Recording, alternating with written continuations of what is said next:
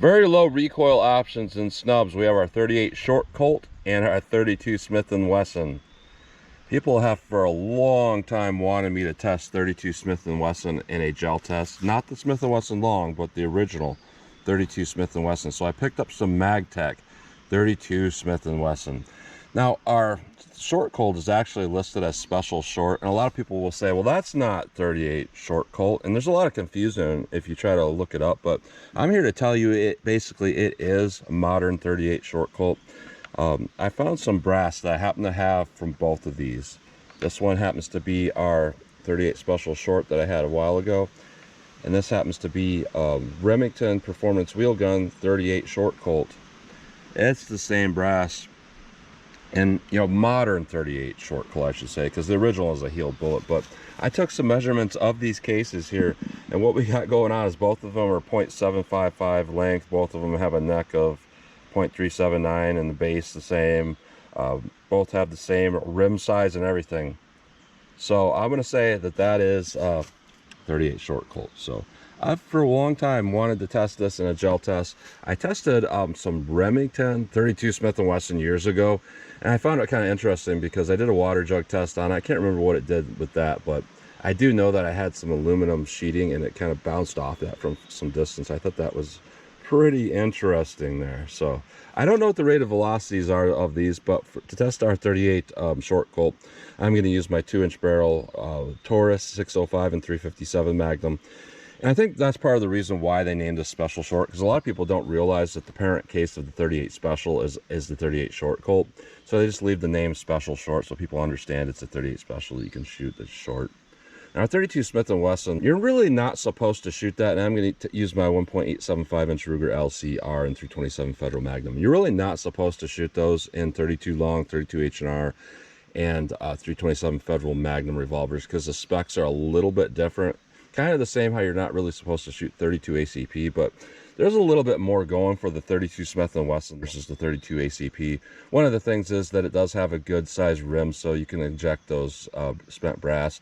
Also, the cartridge is, 12,000 PSI max instead of the 32 ACP's 20,500, which means basically you're not going to lose all this excessive pressure with fire forming that brass. So it seems like it would be a little bit better option than like 32 ACP if you wanted to go very low recoil. So we're going to go through the chronograph with these, see what kind of velocity and accuracy we get at the same time.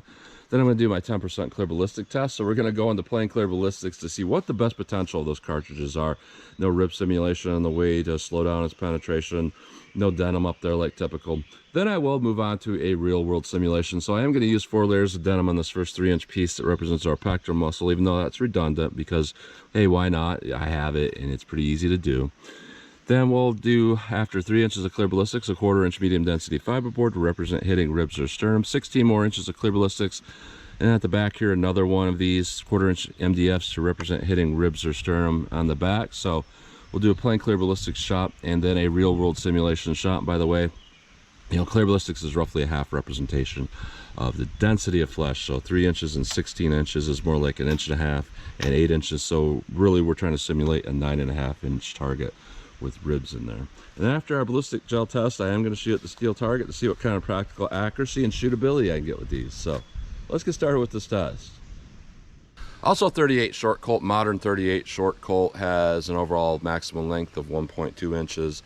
These Magtechs are 1.15 overall, so they're within the overall length of a modern 38 Short Colt. So these are actually rated at 686 feet per second. I don't know the barrel length, but what I got with the Remington version of 38 Short Colt in this revolver was 631 feet per second on average.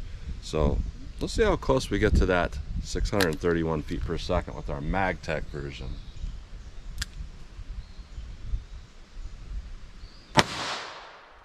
$679. 686, 736,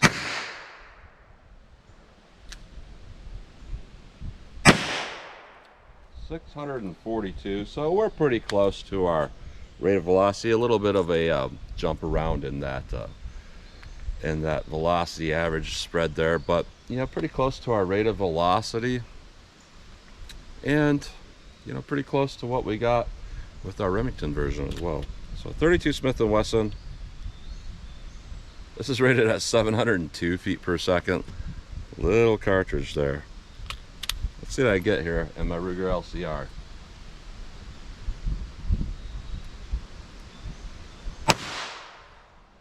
.664, 664, 662, 674, 650. 32 ACP has some issues where the rim is a little bit too thin. If you shoot downward, it doesn't want to fire if you tap that gun. I'm gonna see if it'll still fire while tapping that down.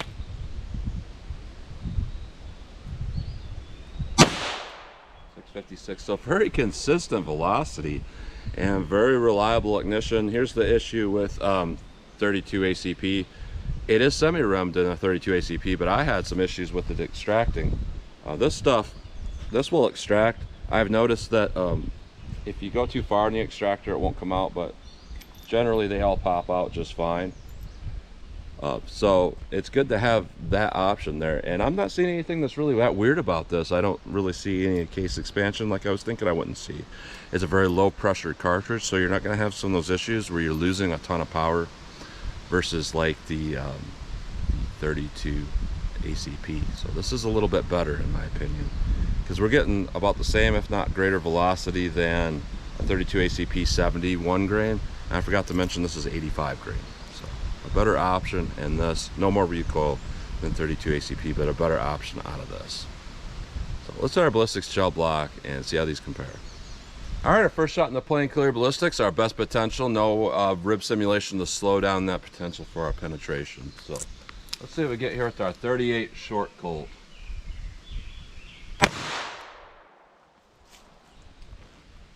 All right, let's hit that with our 32 Smith & Wesson. Let's go take a look.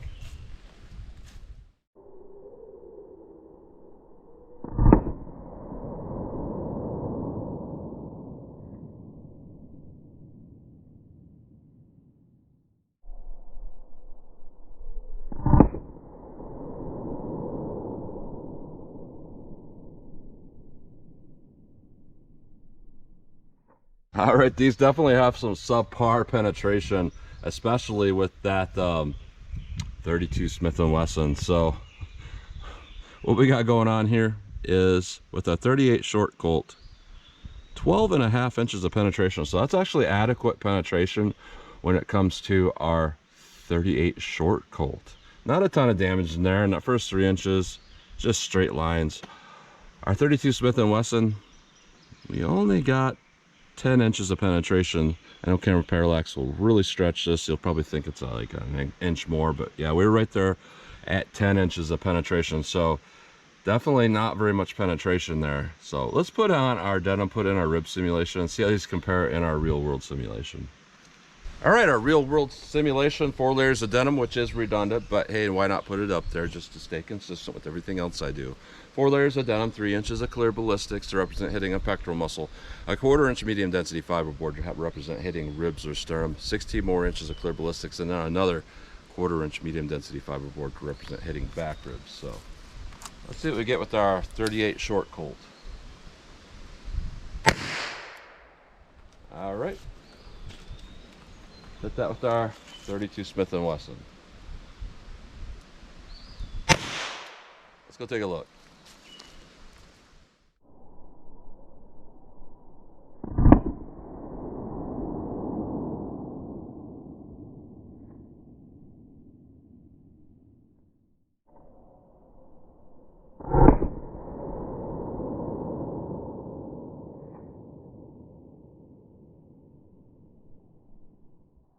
So that's surprising. When we do our real world simulation, our 32 Smith & Wesson actually outperformed the 38 short Colt. That is very interesting here. And I think I know the reason why. And I know I forgot to mention it, but our 38 short Colt is a 125 grain. Our 32 Smith & Wesson's an 85 grain. And what comes into play there when you have bullets that are a little bit longer at handgun velocities is you start to get tumbling. And that's what we're seeing here. We're seeing more tumbling on the bottom here with our 38 Short Colt versus our 32 Smith & Wesson. So that limited that penetration quite a bit there. So our 38 Short Colt, we have a penetration of 9 inches of penetration, not a ton of damage in there. But our 32 Smith & Wesson, we have right there about 10 inches with our 32 Smith & Wesson. I know parallax will make it look like a different penetration than like the back shot with that, but it's the same. It's just the parallax will switch that around, make it look weird. But very interesting here, because our 32 Smith & Wesson got the same penetration with and without rib simulation in there. That's weird. That's where our 38 Short Colt was significantly affected by that because of tumbling. So based on the recoil options here, the recoil of both of these, I should say, I think our 32 Smith & Wesson did better here because it has less recoil and it's penetrating deeper with, you know, rib simulation in there, and ribs would be a realistic thing you would encounter. So very interesting. Let's pull these out of block. We'll take a close-up look at them. I'll shoot our steel, see what kind of practical accuracy and shootability I can get with these. Alright, so here's a close-up look at these bullets going through plain gel. Our 38 Short Colt, or 38 Special Short, whichever you want to call it, and our 32 Smith & Wesson. So our 38 Short Colt, 125 grain lead round nose, not much to that. And our 85 grain lead round nose 32 Smith & Wesson. So not much deformation going through plain gel. And when we go through our rib simulation, things change up a little bit, just because these bullets got deformed a little bit. So I think that honestly Magtech probably uses a little bit harder lead alloy than Remington, just because it seems like these are a little bit less deformed than what you might see with stuff like that. And that's fine though, because you know, we want to get as much penetration as possible through a rib simulation, and we're not going to see that with something that deforms a whole lot. So our 38 Short Colt here, we had some deformation of that bullet, bent a little bit as it was tumbling through, which did limit its penetration, but just slightly mangled there. Our 32 Smith & Wesson, yeah, it's not bent as much because, you know, it's a shorter bullet. It's just going to punch right through that rib sim. So, and not as much deformation because that was going straight. So I'd say, you know, I like what I'm seeing with the 32 Smith & Wesson. It's pretty straightforward for what you're going to get. You know, you want a nice short bullet that's going to punch straight and as deep as possible. As well with this, sometimes you get some issues going on there. So that's a close-up look at those bullets. Alright, 14 yards from the target, so I'm just going to get a front sight picture and pop these off as fast as I think I can hit the target. By the way, these guns are pretty close in weight. The LCR 327 is like 17, 18 ounces. On my scale, this is 20 ounces, so pretty close. So I should be able to realistically tell you which one has, you know, less felt recoil and all of that, even though this one's a little bit heavier. But 38 Short Colt, just going to get a front sight picture and pop these off. Let's see what this does.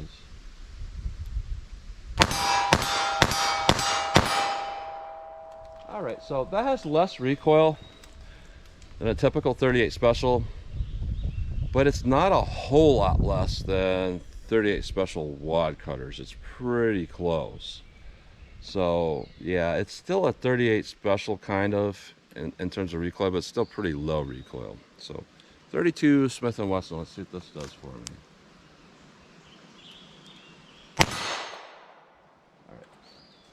I short stroked that trigger, that's all on me. I went to pull the second time and I didn't reset that trigger all the way.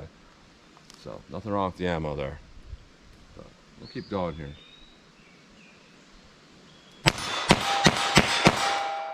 Alright, so this is legitimately 22 recoil, but with just a tad more muzzle rise.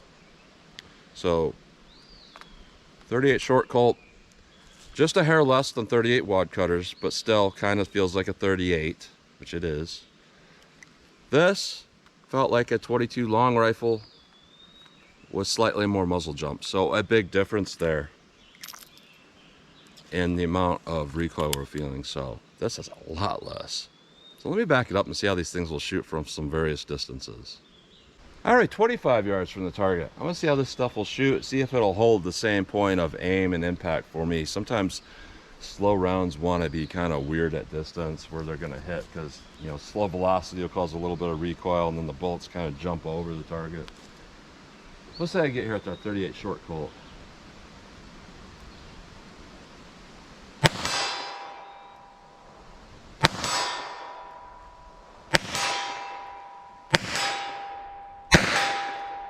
Alright, so there's nothing weird about that. It shoots directly point of aim pretty much. I mean, that's about the right elevation I was aiming. It does shoot a little bit to the left for me, but not by a lot. 32 Smith & Wesson, let's see what this does.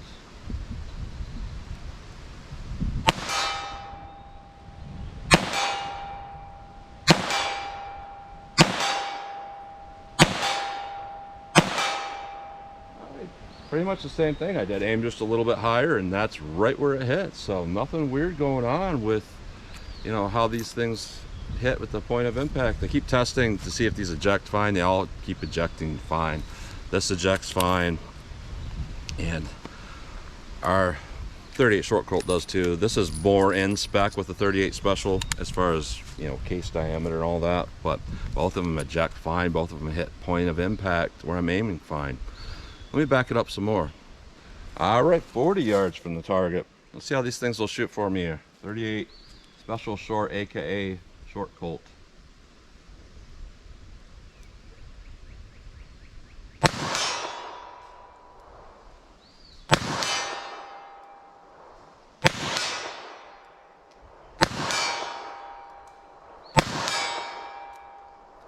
Nothing wrong there. It shoots like a 38 special basically, but with just less recoil.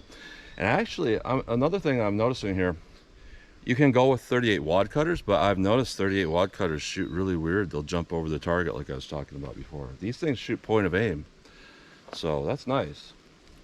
32 Smith & Wesson. Let's see what I can do with this.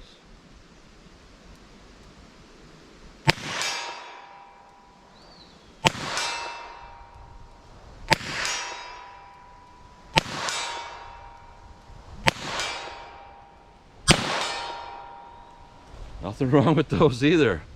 Let me back it up to 75 yards. All right, 75 yards from the target. This is going to be kind of a challenge here, but I'm up for a challenge. So, 38 short Colt. I have no idea if these are going to hit point of impact where I aim, plus, you know, very short sight radius. It's going to be hard to hit with these, but we'll see how our 38 short Colts go. A little bit low.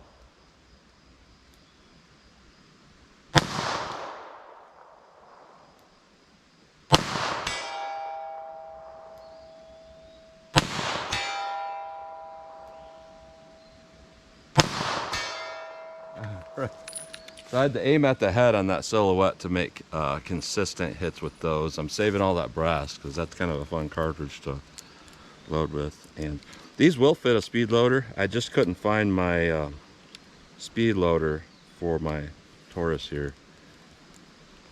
I'll keep going here. I was aiming at the head on that silhouette when I started making those hits, so I'll keep doing that.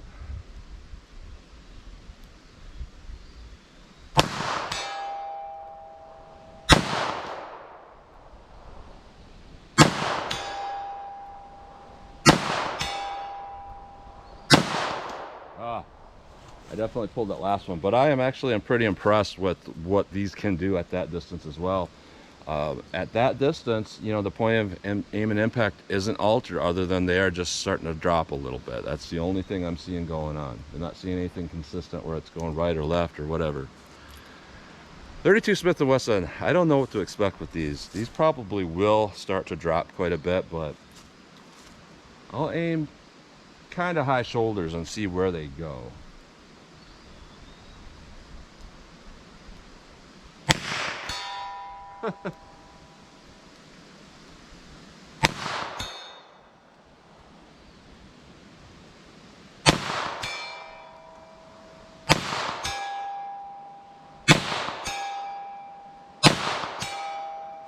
Those are quite good.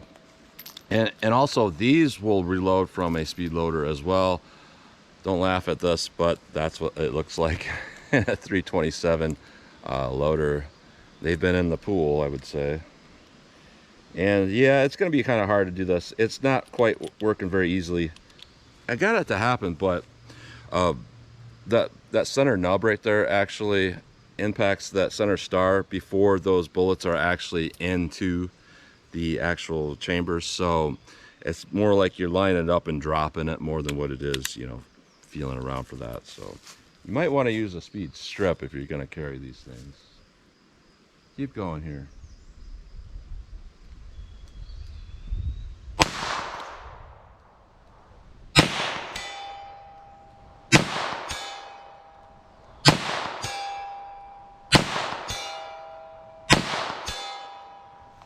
Those things shoot incredible here. So I learned a lot from this test here. What I was thinking was that I was going to get absolutely terrible velocity with our 32 Smith & Wesson, that we're going to see some of that case extraction or expansion issues that we see with 32 ACP, but I really didn't see that.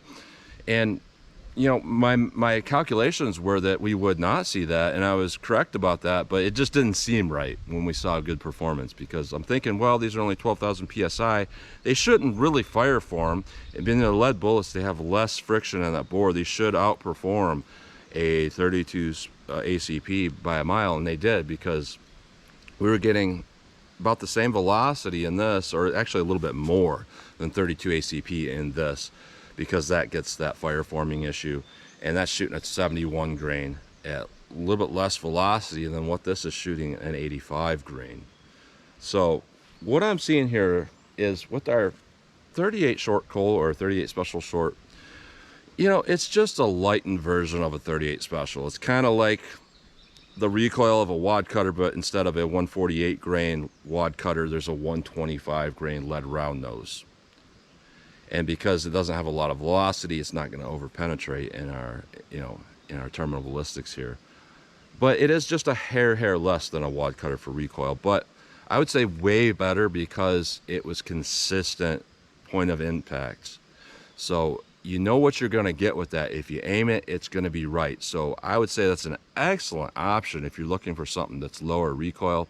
Another thing, there's a lot of guns out there that are in 357, 38 that are a lot bigger, and that's going to continue to be very, very low recoil in that. Now, 32 Smith & Wesson, you know, this honestly, this is kind of like a cheat code in the firearms world, where somebody's like, well, I want something that has as much recoil as a 22 long rifle, but I want the bullet to be twice as heavy and for it to consistently be accurate and penetrate. And somebody's going to be like, well, that doesn't exist. It does exist. This 32 Smith & Wesson legitimately had 22 long rifle recoil with just a hair more muzzle jump due to the bullet weight. So the actual felt recoil in my hand wasn't much, but the, you know, the opposite reactions of an 85 grain bullet coming out the muzzle will jump it up a little bit more than a 22 long rifle without actually producing more energy in your hand. So I'm very impressed with this, because our 32 Smith & Wesson, I'm going to say it has half the recoil, if not more than half or less than half the recoil of that 38 short Colt.